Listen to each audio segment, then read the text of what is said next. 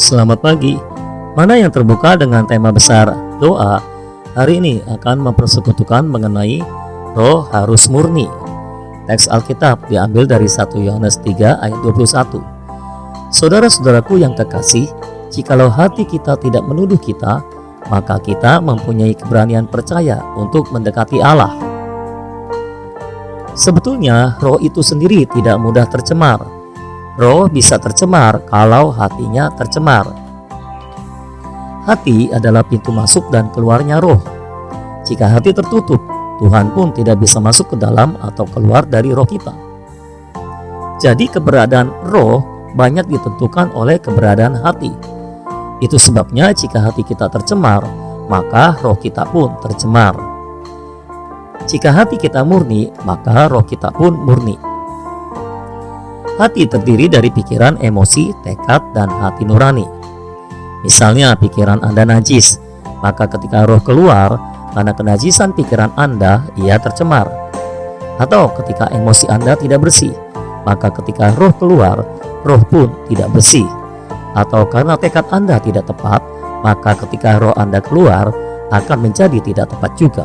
Ini seperti air yang sangat murni dari sumbernya, tapi ketika mengalir keluar melalui lapisan tanah yang mengandung belerang, senyawa belerang terlarut ke dalamnya dan akhirnya yang keluar adalah air belerang.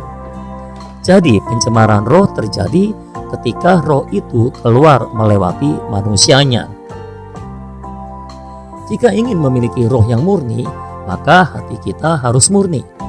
Pikiran, emosi, tekad, dan hati nurani harus murni. Bila pikiran kita aneh, roh kita pasti jadi aneh juga.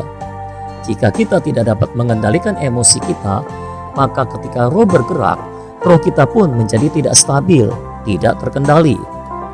Jika tekad kita sangat keras dan kaku, ketika roh kita keluar, pasti keras dan kaku juga. Jika hati nurani bercela, roh kita pun akan bercela. Jadi, cita rasa yang kita rasakan dari roh seseorang sebetulnya adalah cita rasa dari keberadaan hatinya, manusianya. Ketika seseorang sedang berkata atau bertindak, maka rohnya keluar.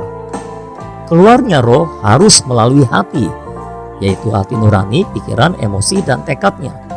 Maka tak terhindar, meskipun rohnya murni, namun ketika keluar akan sangat dipengaruhi oleh keberadaan hatinya. Sebagaimana keberadaan hatinya, begitulah keberadaan rohnya ketika keluar.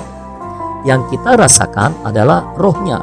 Karena itu kita bisa berkata orang itu rohnya keras atau lembut, rohnya rumit atau bijak, rohnya sombong, rohnya penuh amarah dan kepahitan, dan sebagainya.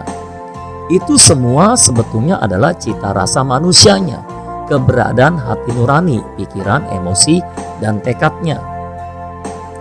Jika hatinya tidak murni, maka hati nurani pasti bercela. Begitu hati nurani bercela, roh kita akan bocor total, dan roh yang bocor tidak mungkin berdoa. Karena itu, untuk memiliki roh doa, yang terutama manusia kita harus murni.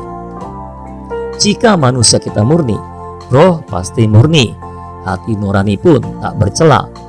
Hati nurani yang tak bercela akan menguatkan roh kita untuk menjadi orang yang berdoa. Mari berdoa. Oh Tuhan Yesus, murnikanlah segenap manusia kami ya Tuhan, sehingga roh kami pun menjadi murni dan hati nurani kami tidak bercela, sehingga kami bisa berdoa. Amin.